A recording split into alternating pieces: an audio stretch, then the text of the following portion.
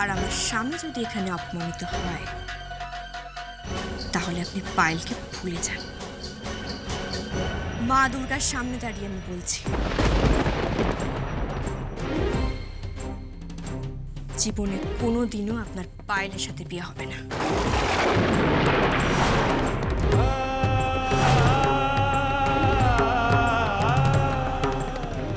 দেবরাজ, আমি চাই না আমার জন্য তুমি কোনো চলো। চলো ঠিক না না, শোনো টাপু,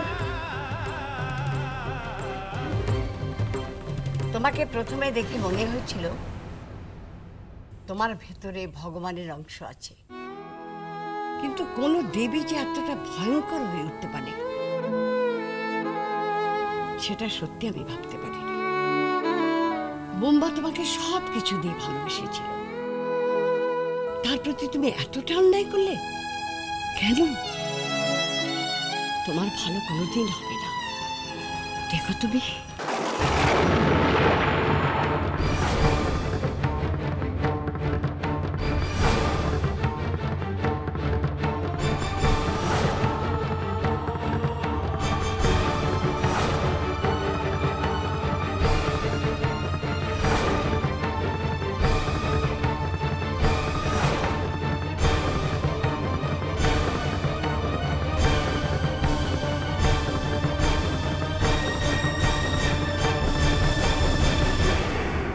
আর বোম্বা,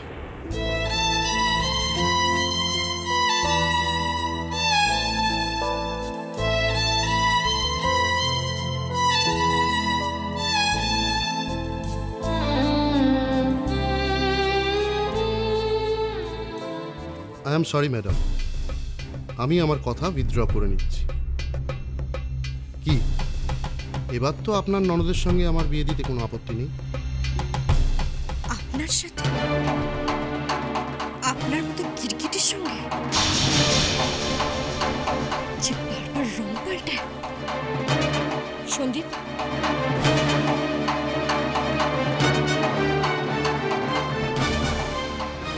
চলো। বিয়ে তো আমরা করব আজ নয়তো কাল। হ্যাঁ বলছি। বিয়েটা যেন নাকচ না হয়ে যায়। আপনি চিন্তা করবেন না, নাকচ হবে না। আমি আমার ক্যারিশমায় ওকে একদম বেঁধে ফেলেছি। আমি চুম্বক হয়ে গেছি। আমার টানে এখনো দৌড়ে দৌড়ে আমার কাছে আসছে। মা দুর্গার সামনে দাঁড়িয়ে বলছি, আমার সঙ্গে পায়েলের বিয়ে হবেই।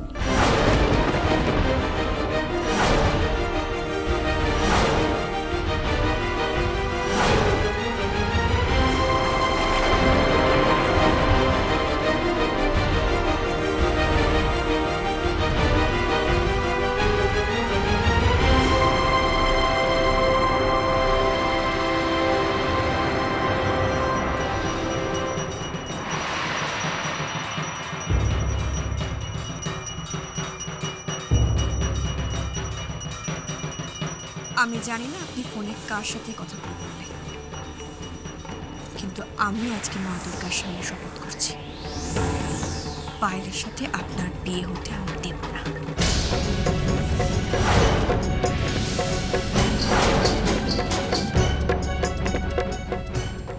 চলো সন্দীপ।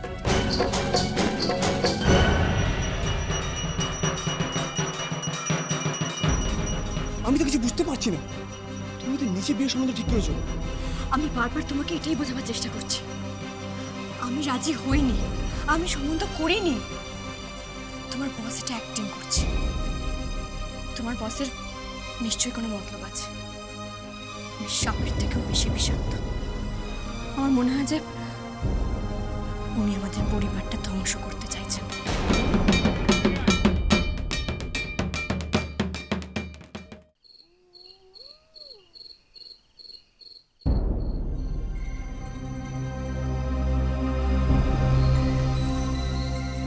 তুমি নাকি দেবরাজের সঙ্গে আমার বিয়েটা হতে দেবে না বলেছো? হ্যাঁ বলেছি। কেন বলেছো? কারণ আমি তোমার ভালো চাই। কিসের ভালো আমি তো বুঝতে পারছি না। শোনো, আমি চাই না যে দেবরাজের মতো ছেলের সঙ্গে তোমার বিয়ে হোক।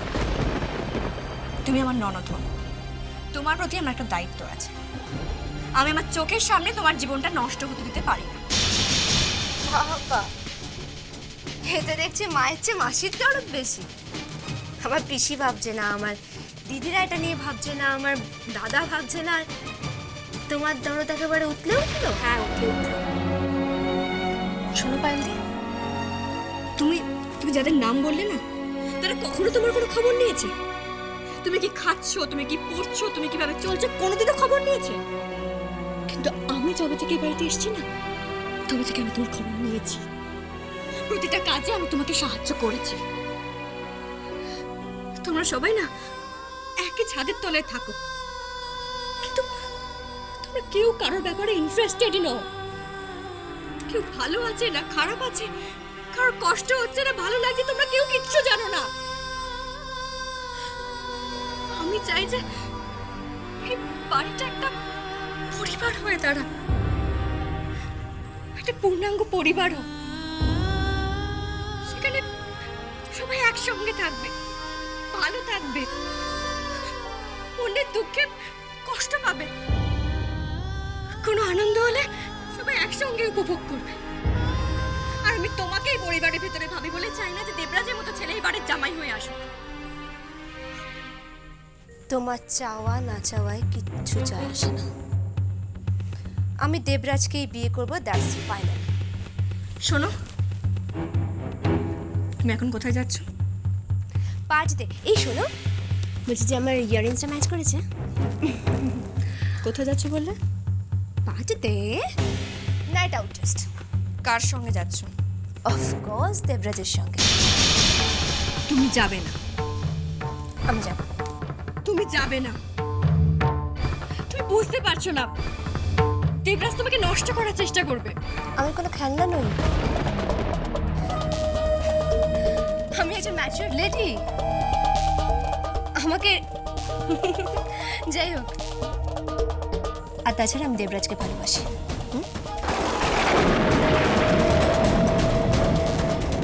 শোন, এটা তোমার ভালোবাসা নয়, এটা ইনফ্যাচুয়েশন। জেলাস মানে? তুমি জেলাস। আসলে তুমি খুব ভালো করেই জানো যে দেবরাজ আমাদের থেকে অনেক বেশি ধনী, আর তুমি চাও না যে আমাদের থেকে ধনী আর কোনো ভালো জায়গায় আমার বিয়েটা হোক। তুমি কম শয়তান, তোমাকে চিনি না আমি। তোমার মনটা একদম নিচ আর পুঁতে ভরা। তুমি চাও না আসলে আসলে তোমার থেকে অন্য কেউ সুখী হোক।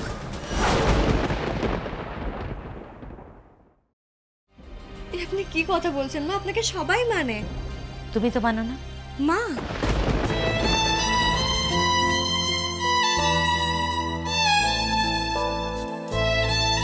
তুমি আমাকে মানো? উঠতে বসতে আমাকে যে হেনস্থা করছো তুমি। আমি আপনাকে হেনস্থা করছি? আপনি এগুলোকে হেনস্থা করা বলছেন?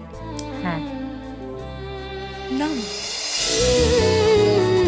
আই টাপুর টুপুর হয়ে রই